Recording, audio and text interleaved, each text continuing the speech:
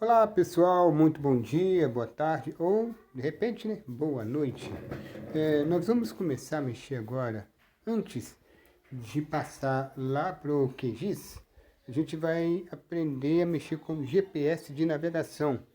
Existem dois tipos de GPS de navegação muito legal, são livres e que vai auxiliar muito nossos trabalhos de SIG e também os nossos trabalhos em sala de aula, no laboratório, nossas experiências, nossas pesquisas, tudo mais. Nós temos aqui dois, nós temos o RAND GPS e nós temos o GPS Essentials. Só que é o seguinte, se o seu celular ele for o celular da Apple, ele não vai abrir o GPS Essentials, você vai ter que trabalhar com o RAND GPS. Como a maioria do pessoal tem o Android, a gente vai começar a falar do GPS Essentials. Então, você entra na Google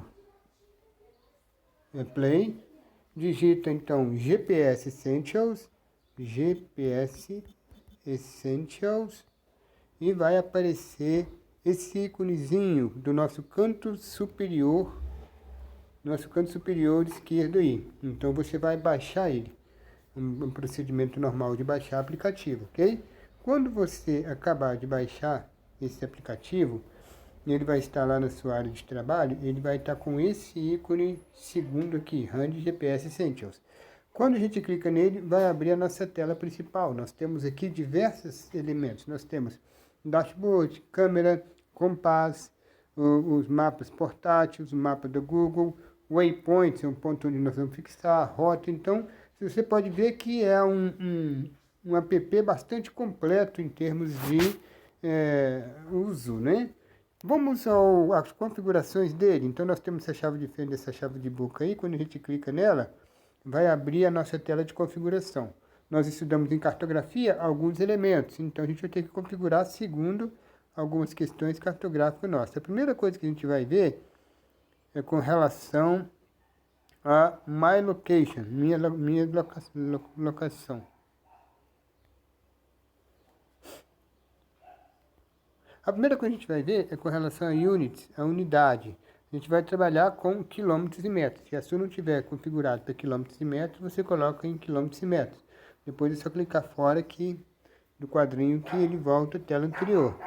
Position Datum. Position Datum, nós vamos trabalhar com SIGAS 2000. Nós temos aqui SIGAS 2000, nós temos WGS, é o World Geodetic System, de 1984. Esse aqui é o do GPS, ok? Mas a gente vai trabalhar com SIGAS mesmo.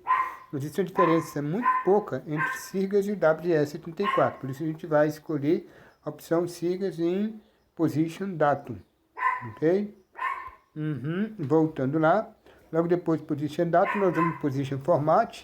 A gente vai colocar UTM, Universal Transverso Mercator. Tá legal? Depois a gente vai para a opção de alerta. Nós temos muitas opções aqui. O que eu sugiro você é mexer mesmo nele para poder pegar intimidade com ele. Mas o Position Formato, Position Datum e o Units já é suficiente para a gente fazer o trabalho mínimo com o nosso GPS de navegação. Uma vez que você fez isso, você já está configurado. Vou dar uma olhadinha também no formato angular. Então nós temos aqui The Green, ok? A gente vai deixar ele mesmo como sendo o elemento aqui. Bearing, norte. Nós temos norte verdadeiro e nós temos o norte magnético, tá bom? Então, nós vamos ter aqui a temperatura, nós vamos ter questão de rota, proximidade de alerta, que significa que quando você coloca um ponto no seu GPS e vai aproximando do seu ponto que você está procurando, ele vai dar um alerta de que você está frio ou quente, né? Aquela brincadeira de frio ou quente. Tá beleza? Então, a configuração dele vai ser dessa forma. Quando a gente termina essa configuração, a gente volta à tela principal. Uma outra tela muito importante é o Dashboard. Quando você clica em Dashboard, vai abrir uma tela em branco, a primeira vez que você abre ela. Quando você clica em qualquer parte da tela, vai abrir uma outra, aí a gente vai escolher alguns elementos. Por exemplo, o primeiro que aparece aí é a acurácia. A acurácia vai ser o quê? O quanto você tem um ponto Aí você vai ter um número. Por exemplo, aqui está aparecendo 39,6. O ponto onde eu estou, abrindo um raio de 39,6 metros, o meu ponto de GPS pode estar em qualquer lugar desse círculo. Então, aí tá vendo? À medida que ele vai captando os satélites, ele vai melhorando a acurácia. Ele vai diminuindo o raio do círculo, falando que o ponto de GPS vai estar naquele raio que a gente está trabalhando lá. Bom, se você observar bem, depois que nós colocamos a acurácia, vai aparecer aqui uma série de pequenos quadros. Quando a gente clica sobre o segundo, a gente vai ter, por exemplo, pode colocar altitude, clicou de novo, podemos colocar go to, significa onde a gente vai, né? Vamos ver aqui mais aqui. O norte, podemos colocar a data, clicamos no outro lá, podemos colocar, vamos ver aqui, velocidade, é muita informação que a gente tem. Declinação, distância, iluminação, ó, latitude e longitude. Latitude e longitude.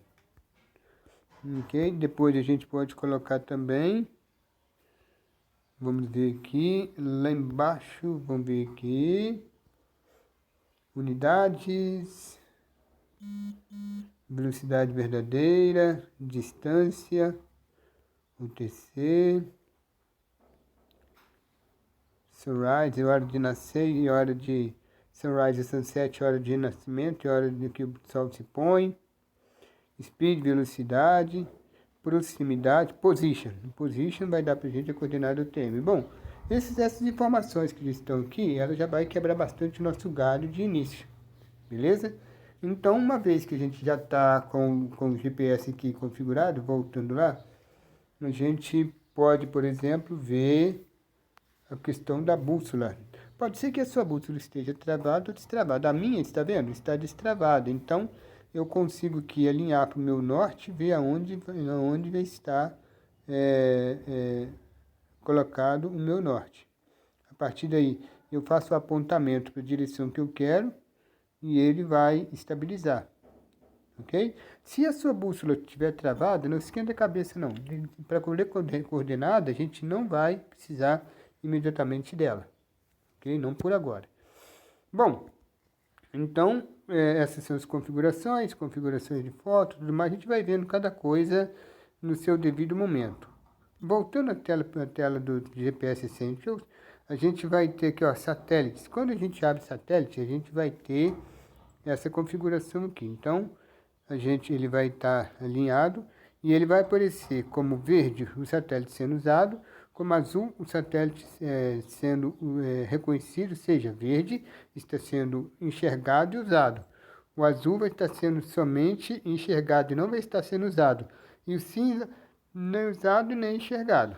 Ok? Então você tem que esperar aqui até ele pegar uma certa quantidade de satélite. Esse círculozinho menor aqui vai ser o círculo de 45 graus. O círculo maior, que nós chamamos de cut-off ângulo, todo satélite que está fora dele, ele não vai participar da coleta de dados. Então, o ideal é que os satélites estejam bem distribuídos dentro desse círculo. Então, uma coisa que você vai ter que observar é isso, se os satélites estão bem distribuídos dentro do círculo. Isso vai definir uma grandeza que o pessoal profissional, os engenheiros agrimensores, cartógrafos e quem mexe com geoprocessamento, define de PDOP, okay? Diluição na posição.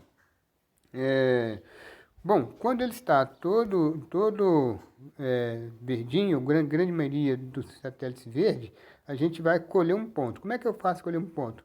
Eu venho aqui em Waypoint. Quando eu clicar em Waypoint, ele vai ter um mais aqui assim, tá vendo? Esse mais aqui no canto inferior esquerdo, a gente clica sobre ele e ele vai pedir um nome. Então, por exemplo, vou colocar aqui casa, tá bom? Casa e descrição. Vou colocar aqui como P1.01 e a descrição vou colocar casa. E vou mandar criar, ok? Você pode ver que ele criou. Vamos ver aqui, P1, casa. Quando eu clico sobre ele, eu vou ter todas as informações, ó. Visualização, a propriedade dele, tá vendo? Aqui nós temos a posição, zona 24, coordenada leste, coordenada norte, a situação da latitude, situação da longitude, da altitude, da acurácia, da distância, dessa distância aqui, metro aqui, tem que ver o que é, bateria e tudo mais. Nós temos aqui informação do tempo que foi tirado, de 5/9 da manhã, o nome do ponto, tudo mais. Nós temos situação celestial dele, no momento que foi tirado, tudo mais. Nós temos situação de mapa, onde ele vai aparecer no meu mapa. Então, que nesse ponto vai estar aqui, né, onde eu moro, Rua João Lanadelli e tudo mais. Ok? E dessa forma a gente escolheu o ponto. Agora, se eu quiser enviar esse ponto, o que eu tenho que fazer? Eu clico sobre o ponto, ele vai ficar selecionado, como vocês podem ver aqui em azul. Então, a gente vai clicar nesses 3 pontinhos aqui, e vai ter aqui a situação Export. Quando a gente vai exportar, vai ter o formato KML, tá vendo aqui no nosso ponto superior direito, KML. Vamos iniciar aqui, passando para GPX 1.1. Ou GPX 1.0. Vou começar com GPX 1.1. Ok? Aí você escolhe, vou mandar por e-mail. Ok? Vou mandar para Adil Marcoé. Para ADL, MAR. COE 6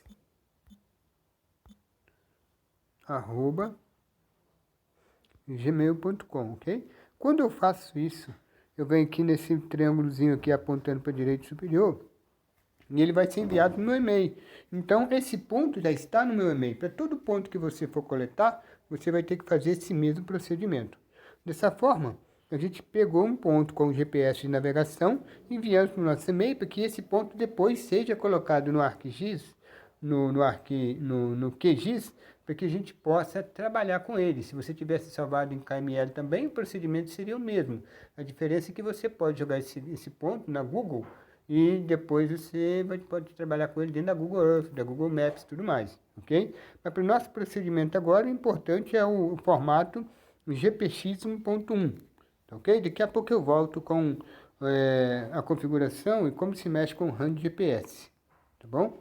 Mas é muito importante vocês estudarem o GPS Essentials e tornar ele uma prática na sua vida, tornar ele uma coisa que você vai usar constantemente, que só com o treinamento, a constância, aprendendo que a gente consegue ir para frente, tá bom? Forte abraço e até mais.